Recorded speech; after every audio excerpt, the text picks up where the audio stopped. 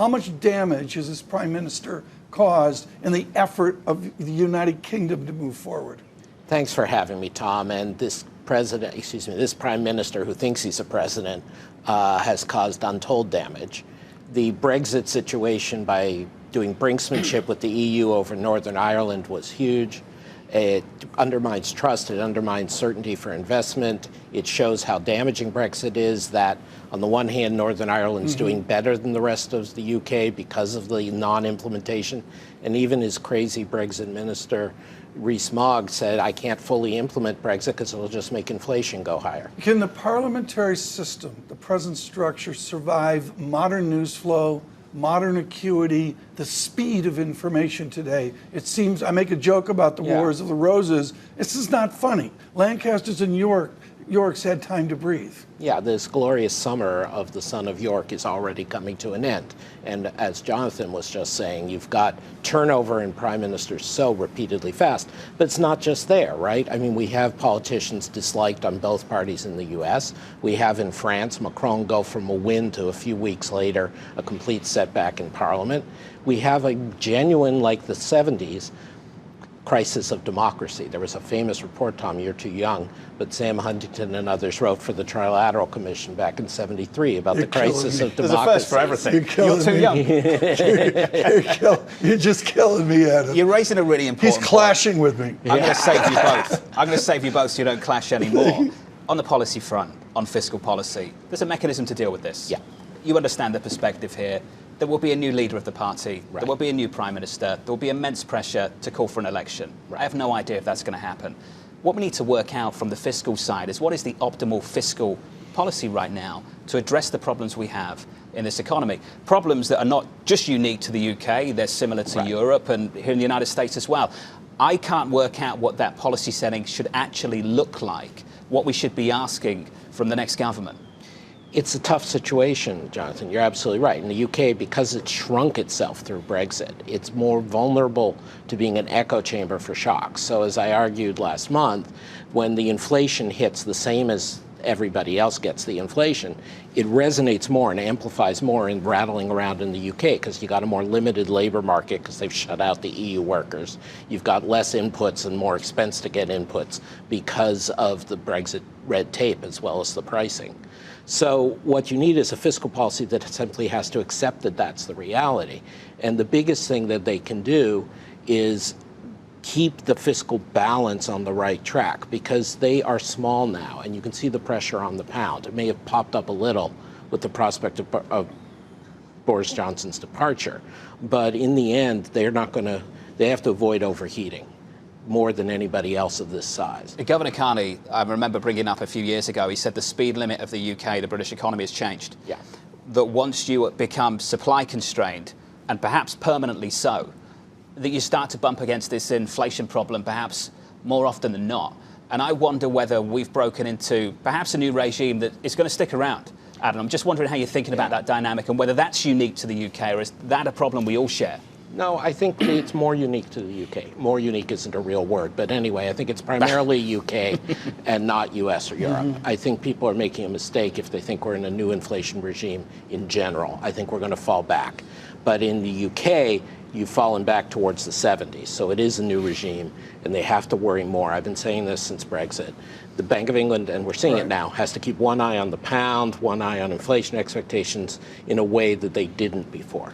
Adam, let's catch up here on the real Adam Posen theme of the last couple of years, and no one has captured this more than you. Olivier Blanchard had the courage at the IMF with Stiglitz to begin to consider 4% inflation as a goose out of the great financial crisis. You've carried that forward to say the new 2% is 3%, and I see an entire world, an entire zeitgeist catching up with Adam Posen. Refresh that right now. Does Jerome Powell have to go to 3%, or institutionally does he have to stick with 2%?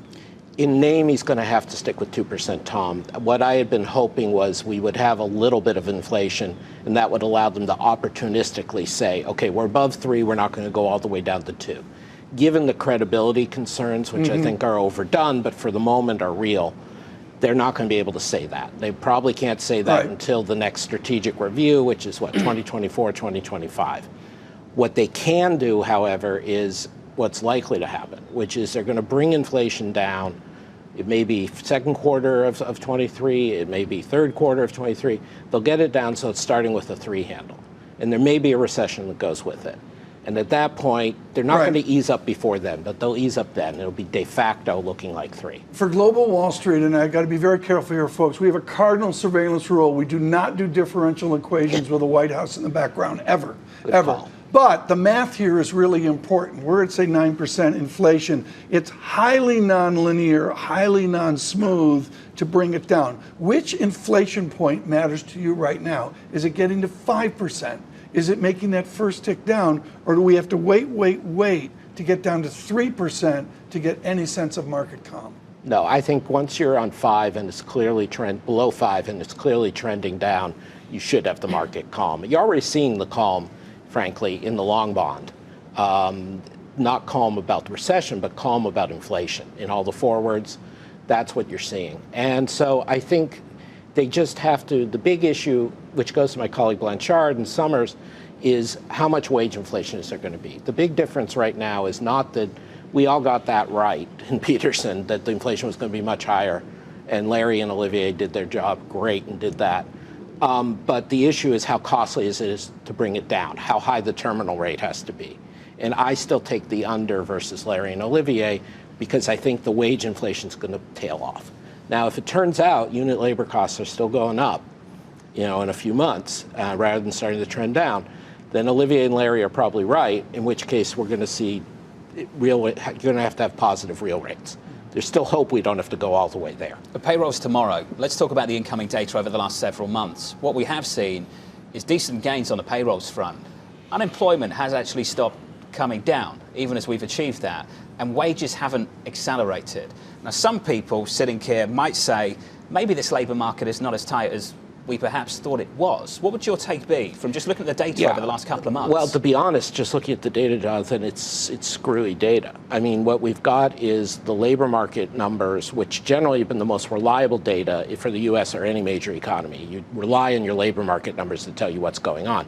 And they've been really completely out of whack because, remember, we had, at least on paper, a contraction in the first quarter, and yet we see these incredible labor market numbers. We see vacancy ratios meaning number of jobs available to job seekers at levels we've never seen before.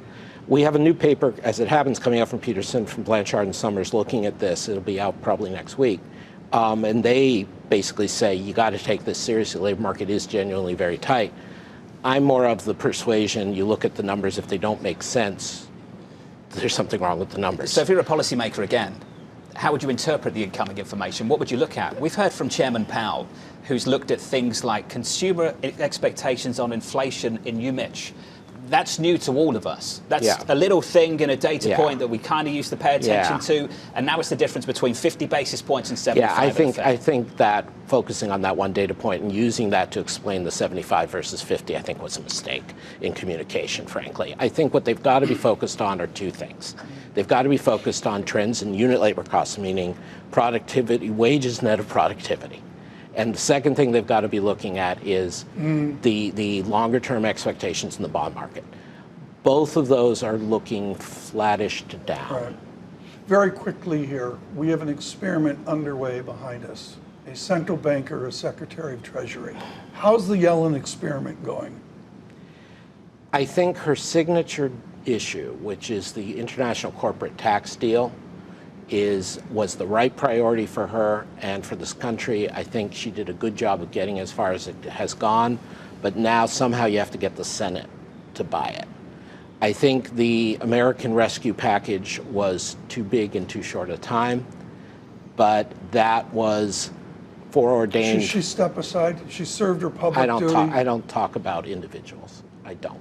Even individuals I respect greatly, or because individuals I respect greatly. John asks me every day, should I step aside? I do not ask you that. Someone's going to take that seriously. It's like Trump. They're going to have to drag him out kicking and screaming. Tom's like Trump. Can we clip that and just play that out through the rest of this day? I just wonder, Adam, and just briefly, would you even call the American Rescue Plan the Yellen experiment? No, it was. That was exactly my point. I'm sorry I didn't get it out properly. It was Pelosi and Schumer with Biden's acceptance that was the plan. Whether or not, I have no idea what went on in the White House and Treasury in the decision. But the biggest issue was once that plan was clear, it falls on the Fed. The Fed should have been tightening and worrying more and forecasting more inflation once that plan hit.